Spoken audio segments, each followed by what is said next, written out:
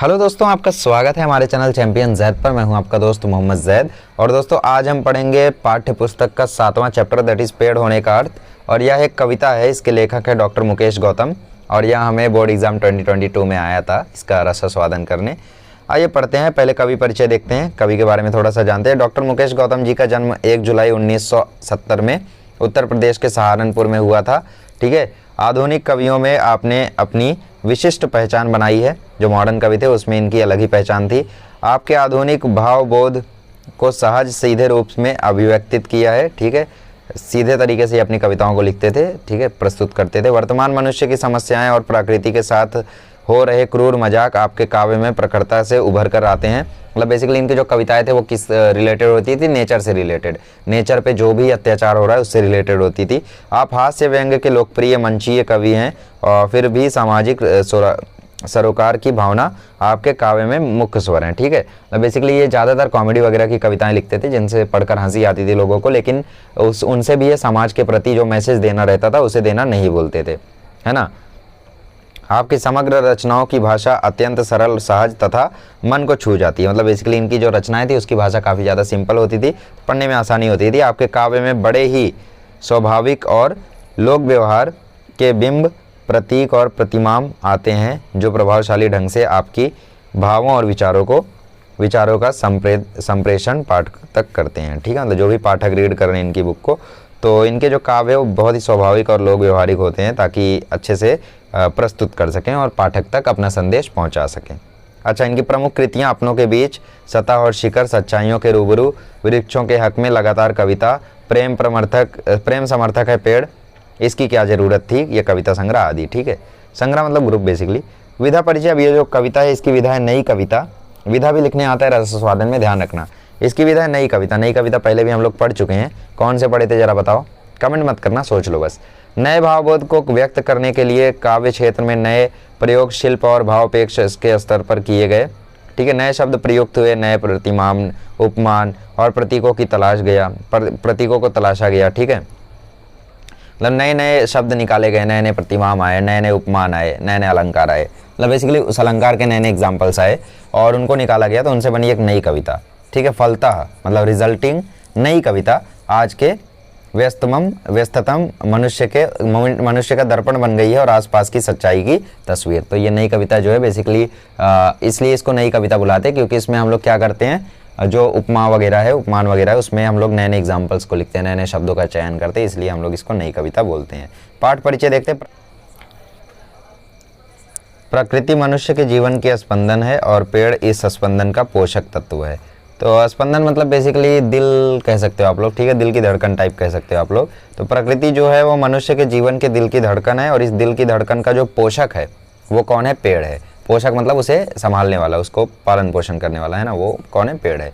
पेड़ मनुष्य का बहुत बड़ा शिक्षक है। पेड़ और मनुष्य के बीच पुरातन संबंध रहा है, पहले से संबंध रहा है। पेड़ ने भारतीय संस्कृति को जीवित रखा है और मनुष्य को संस्कारशील बनाया है। ठीक है, पेड़ मनुष्य का हौसला बढ़ाता है, समाज के प्रति दायित्व और प्रतिबद्धता का निर्वाह करना सिखाता है और सच्ची पूजा का अर्थ समझाता है। ठीक है, पेड़ हमें काफ़ी कुछ समझाता है।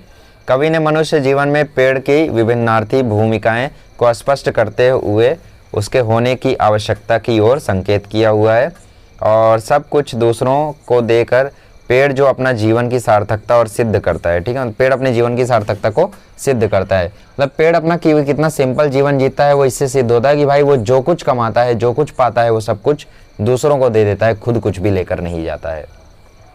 इवन आप अगर उसे पानी भी नहीं देंगे तो भी वो अपना पालन पोषण खुद करता है। परंतु कभी आपने पेड़ को अपना आम खाते हुए देखा है? आम के पेड़ को कभी आप आम खाते हुए नहीं देखोगे, ना ही कुछ और खाते हुए देखोगे, है ना। आदमी पेड़ नहीं हो सकता, पहली लाइन। पेड़ होने का अर्थ है कविता का नाम, आदमी पेड़ नहीं हो सकता। कल अपने कमरे की खिड़की के पास बैठकर जब मैं निहार रहा था एक पेड़ को, तब मैं महसूस कर रहा था पेड़ होने का अर्थ। मैं सोच रहा था आदमी कितना भी बड़ा क्यों ना हो जाए, वह एक पेड़ जितना बड़ा कभी नहीं हो सकता, या यूं कहूँ कि आदमी सिर्फ आदमी है, वह कभी पेड़ नहीं हो सकता।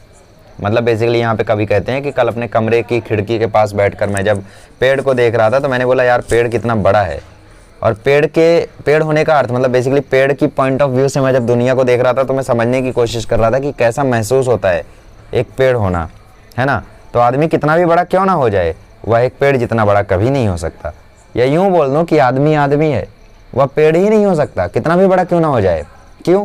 क्योंकि मान लो तुम पेड़ जितने बड़े हो भी गए तो भी पेड़ वाला नेचर कहाँ से लाओगे तुम अपने अंदर। अगली लाइन, हौसला है पेड़, अंकुरित होने से ठूंठ हो जाने तक। अंकुरित मतलब बेसिकली जब वो बीज रहता है, ठूंठ मतलब जब एंड में उसको काट दिया जाता है, वो जो ट्रंक बचती है वो। आंधी तूफान हो गई, आंधी तूफान या कोई प्रतापी राजा महाराजा, ठीक है, पेड़ किसी के पाँव नहीं पड़ता जब तक है उसमें सांस, एक जगह पर खड़े रहकर हालात से लड़ता है। ठीक है, अरे पूरा पेज ही है क्या? ओके सॉरी, पढ़ते हैं। ओके, अंकुरित होने से ठूंठ हो जाने तक आंधी तूफान हो या कोई राजा महाराजा, पेड़ किसी के पाँव नहीं पड़ता जब तक है उसमें सांस, एक जगह पर खड़े रहकर हालात से लड़ता है जहाँ भी खड़ा है वो। सड़क, झील या कोई पहाड़, भेड़िया, बाघ, शेर की दहाड़, पेड़ किसी से नहीं डरता है। ठीक है, आत्महत्या या हत्या नहीं करता है पेड़, मतलब हौसला है पेड़ आपके लिए। क्या है? एक हौसला है पेड़। कैसे? अंकुरित हो जाने से लेकर ठूंठ हो जाने तक एक ही जगह पर खड़ा रहता है, आंधी आए, तूफान आए, राजा आए, महाराजा आए, किसी का पाँव नहीं पड़ता वो। जब तक उसमें सांस है वो किसी का पाँव नहीं पड़ता, मरने के बाद भी किसी का पाँव नहीं पड़ता। एक जगह पर खड़े रहकर हालात से लड़ता है जहाँ भी खड़ा हो, सड़क हो, झील हो, पहाड़ हो, भेड़िया हो, बाघ हो या शेर की दहाड़ हो, पेड़ किसी से नहीं डरता। मतलब वो खड़ा रहे सड़क पर या झील पर या पहाड़ पर, उसके सामने चाहे शेर दहाड़े, चाहे बाघ दहाड़े, चाहे भेड़िया, लेकिन वो किसी से भी नहीं डरता। कभी पेड़ को हत्या या हत्या करते भी नहीं देखोगे आप। तो आपके लिए हौसला है पेड़, क्योंकि वो कभी आत्महत्या या हत्या नहीं करता। ठीक है, थके राहगीर को देकर छांव व ठंडी हवा, राह में गिरा देता है फूल और करता है इशारा उसे आगे बढ़ने का।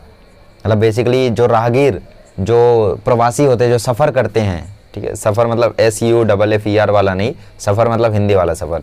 तो जो सफ़र करते हैं उन्हें छांव देता है और ठंडी हवा देता है, उनकी राह में फूल गिराकर बोलता है कि तुम आगे बढ़ो, मैं तुम्हारे साथ हूँ, इशारा करता है आगे बढ़ने का।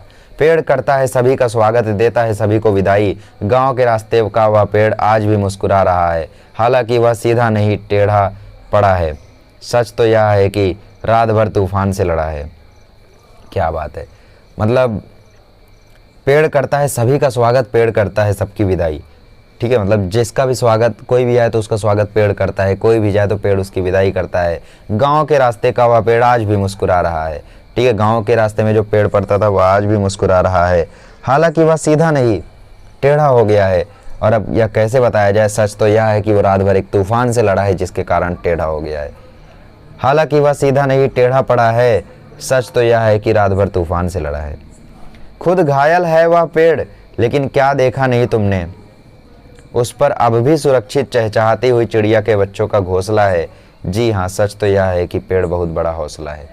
क्या बात है दोस्तों, क्या बात है। मतलब वह रात भर तूफान से लड़ता रहा, लेकिन उस पर जो चिड़िया का घोंसला था उस पर आंच नहीं आई दोस्तों। वो रात भर तूफान से लड़ता रहा, खुद टेढ़ा हो गया, लेकिन उस पर जो चिड़िया का घोंसला था वो आज भी वैसा ही है। जी हाँ, सच तो यह है कि पेड़ बहुत बड़ा हौसला है।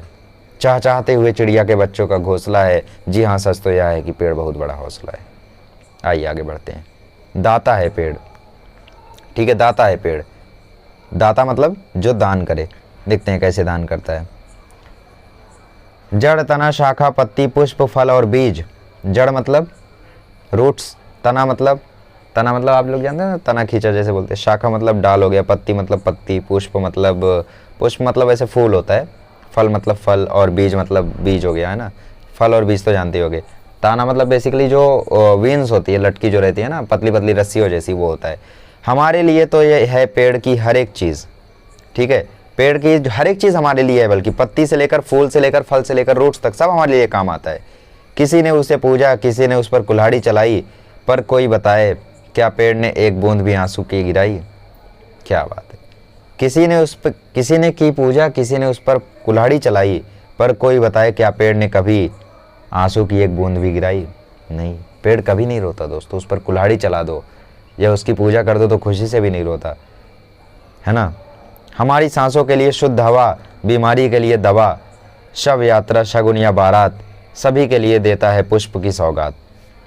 दोस्तों, चाहे शव यात्रा हो मतलब अंतिम यात्रा हो तो उसके लिए फूल, पेड़ देता है। चाहे शगुन देना हो तो उसके लिए फूल पेड़ देता है, चाहे बारात हो तो उसके लिए फूल पेड़ देता है। तो सभी की सौगात पेड़ देता है। चाहे दवा देना हो बीमारी की तो पेड़ देता है। सांसों के लिए शुद्ध हवा देना हो तो पेड़ देता है।